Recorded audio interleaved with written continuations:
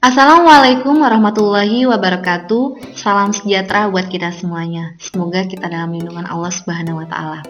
Perkenalkan, nama saya Winda Oktaria Marini. Baiklah semuanya, selamat datang di materi pembelajaran bahasa Indonesia. Hari ini kita akan membahas tentang teks eksposisi di kelas 8 SMP. Oke, sebelum memulai pembelajaran hari ini, di sini saya akan membagikan satu hadis yang berkaitan dengan pembelajaran kita hari ini, teks eksposisi. Satu hadis ini yang berkaitan dengan menjaga lisan di saat kita berbicara.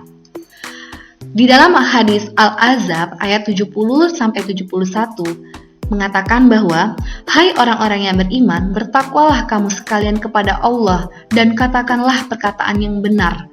Niscaya Allah memperbaiki amalan-amalanmu dan mengampuni dosa-dosamu. Barang siapa mentaati Allah dan Rasul-Nya, maka sesungguhnya ia telah membuat kemenangan."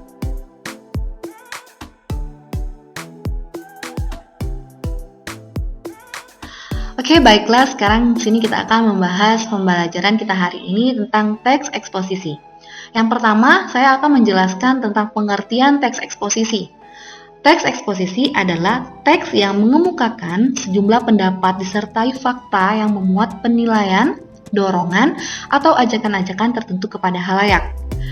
Seperti yang kita ketahui bahwasanya pendapat itu sama saja seperti gagasan atau ide, yang dimana pendapat tersebut masih bisa disanggah atau diperbaiki lagi. Berbeda sama fakta. Jikalau fakta itu adalah data yang akurat, yang mana data-data akurat itu seperti adanya bukti angka, bukti tanggal kejadian, dan waktu kejadian. Dan yang terakhir, di sini ada ajakan-ajakan tertentu kepada khalayak, yang dimana kita sebagai pembicara harus memberikan persuasif kepada orang banyak, sehingga mereka antusias. Materi selanjutnya di sini ada unsur-unsur teks eksposisi. Unsur-unsur dari teks eksposisi ini ada 3. Yang pertama akan saya bahas yaitu gagasan. Nah, seperti yang sudah tampilan video tersebut, gagasan ini sama saja seperti pendapat tadi atau ide yang saya jelaskan di awal tadi. Gagasan ini disebut juga ide ataupun pendapat. Isinya itu berupa pernyataan yang mungkin berupa komentar, penilaian, saran, dorongan, dan bujukan. Dari penjelasan gagasan yang saya jelaskan tadi, di sini saya akan berikan contoh gagasan. Dari pernyataan, jika pemerintah tidak cepat bertindak dalam 10 tahun mendatang, hutan Sumatera akan musnah dan diikuti oleh musnahnya hutan Kalimantan. Kenapa pernyataan ini disebut gagasan? Karena apa yang ditulis dari penulis ini belum menyertakan suatu bukti yang akurat, hanya ada pendapat dari penulis saja. Sedangkan pendapat ini masih bisa kita sanggah, apakah ini benar atau salah.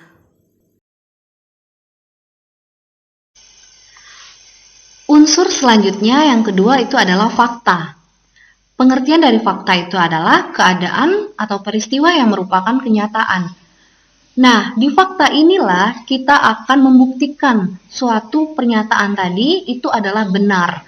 Karena di dalam fakta ini akan disertai dengan adanya bukti angka, tanggal kejadian, peristiwa.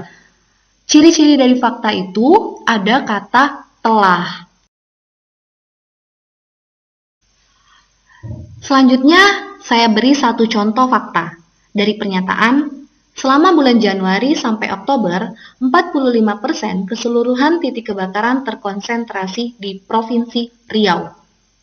Ini dikatakan fakta karena sudah ada datanya, 45% itu adalah titik kebakaran yang ada di Provinsi Riau selama dari bulan Januari sampai Oktober.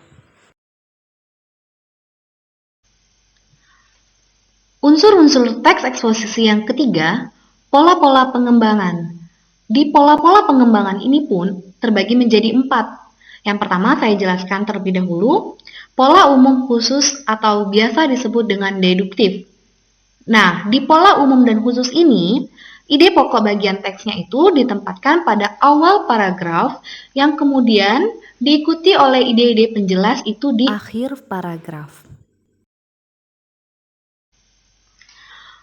2. Pola khusus umum atau biasa disebut dengan induktif, yang dimana bagian terakhir dalam bagian teks itu berfungsi sebagai simpulan atau rangkuman dari pernyataan.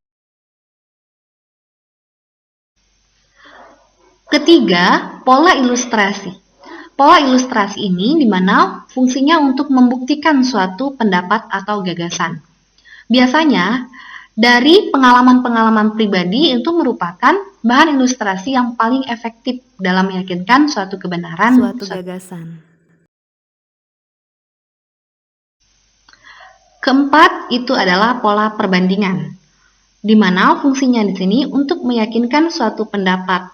Di sini kita bisa melakukannya dengan suatu perbandingan antara benda A dan benda B.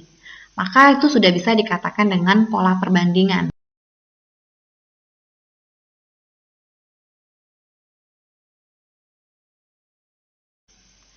Materi selanjutnya di sini saya akan menjelaskan tentang menelaah struktur dan kaidah teks eksposisi.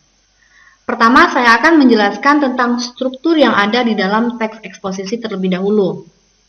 Terbagi menjadi 3. Pertama itu ada tesis.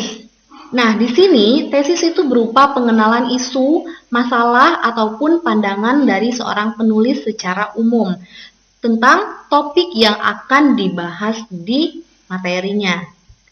Yang kedua, ada rangkaian argumen.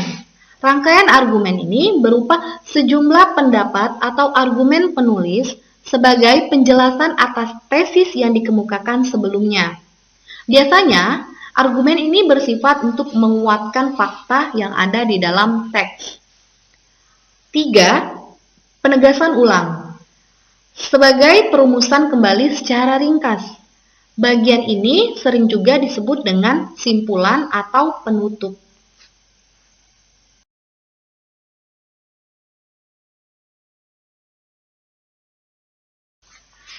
2. Kaidah kebahasaan dari teks eksposisi terbagi menjadi 2. Yang pertama itu menggunakan kata-kata teknis yang berkenan dengan topik yang dibahas.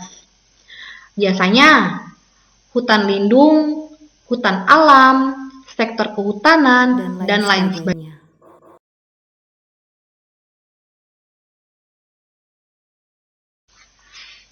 Kedua, menggunakan kata yang menunjukkan hubungan argumentasi. Misalnya itu konjungsi jika, sebab, karena, dengan demikian, akibatnya, dan oleh karena itu. Alhamdulillah semuanya pembelajaran Bahasa Indonesia materi teks eksposisi hari ini telah berakhir. Semoga materi yang telah saya sampaikan bermanfaat buat kalian semuanya dan bisa digunakan dengan sebaik mungkin. Jika saya ada salah kata, saya mohon maaf. Kepada Allah saya mohon ampun. Saya akhiri, wabillahi taufiq wal hidayah. Wassalamualaikum warahmatullahi wabarakatuh.